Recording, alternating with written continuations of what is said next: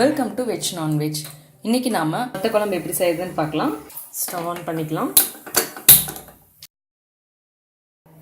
கடாய் காஞ்சதும் கொஞ்சம் எண்ணெய் விட்டுக்கோங்க. ஃபஸ்ட்டு மசாலா ரெடி பண்ணிடலாம். அதுக்கு நான் ஒரு 100 கிராம் சின்ன வெங்காயம், 10 பல் பூண்டு, ஒரு பெரிய சைஸ் தக்காளி எடுத்திருக்கேன். எண்ணெய் காஞ்சிருச்சு, ஒன்று ஆட் பண்ணிக்கலாம்.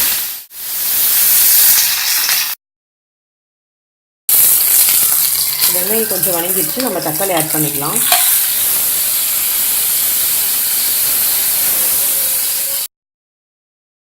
வெங்காயம் தக்காளி நல்லா வணங்கிருச்சு.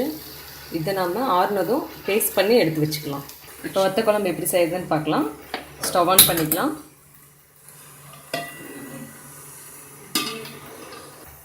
கடாய் காஞ்சிருச்சு. வத்த குழம்புக்கு எப்போவுமே நல்லெண்ணெய் தான் யூஸ் பண்ணணும், அப்போ தான் டேஸ்ட்டாக இருக்கும். 3லேருந்து 4 டேபிள் ஸ்பூன் நல்லெண்ணெய் விட்டுக்கோங்க. எண்ணெய் காஞ்சிருச்சு. சுண்ட வத்தல் நான் எடுத்திருக்கேன். இது ஒரு 50 கிராம் இருக்குது. அதை நம்ம இந்த எண்ணெயில் பொரிச்சு எடுத்துடலாம்.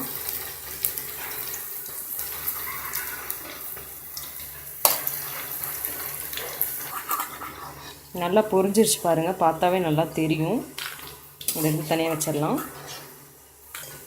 அதே எண்ணெயில் எண்ணெய் கொஞ்சம் பத்தலை, நான் இன்னும் கொஞ்சம் நல்லெண்ணெய் ஆட் பண்ணிக்கிறேன்.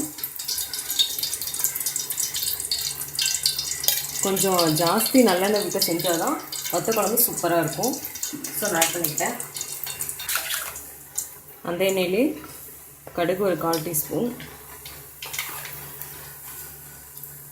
வெந்தயம் கொஞ்சம் 1/4 டீஸ்பூன், பெருங்காயத்தூள் கொஞ்சம் போட்டுக்கோங்க, மஞ்சப்பொடி கொஞ்சம், மிளகாய்த்தூள் 3 டேபிள் ஸ்பூன் எடுத்திருக்கேன், அதை ஆட் பண்ணிக்கோங்க.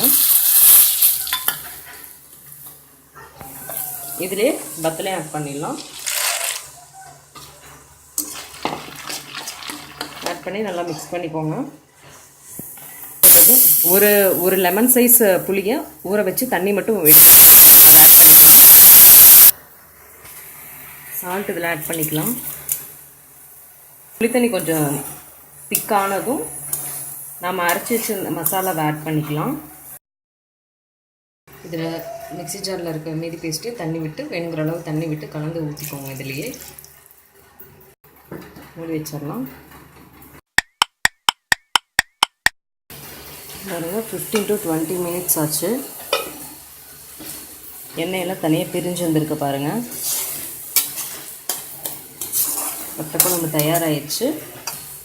இதில் கொஞ்சமாக வெல்லம் சேர்த்து இறக்கிடலாம். வெல்லம் இன்னும் டேஸ்ட் எடுத்து கொடுக்கும், அதனால் நம்ம வெல்லம் சேர்த்துருக்கோம். வெல்லம் மெல்ட் ஆனதும் நம்ம இதை இறக்கிடலாம். ஸ்டவ் ஆஃப் பண்ணிடலாம். சுவையான வத்த குழம்பு ரெடி ஆகிடுச்சு. அப்பளம் வச்சு சாப்பிட்டா சூப்பராக இருக்கும். இந்த வீடியோ உங்களுக்கு பிடிச்சிருந்துச்சுன்னா லைக் பண்ணுங்கள், கமெண்ட் பண்ணுங்கள், மறக்காமல் எங்கள் சேனலை சப்ஸ்கிரைப் பண்ணுங்கள்.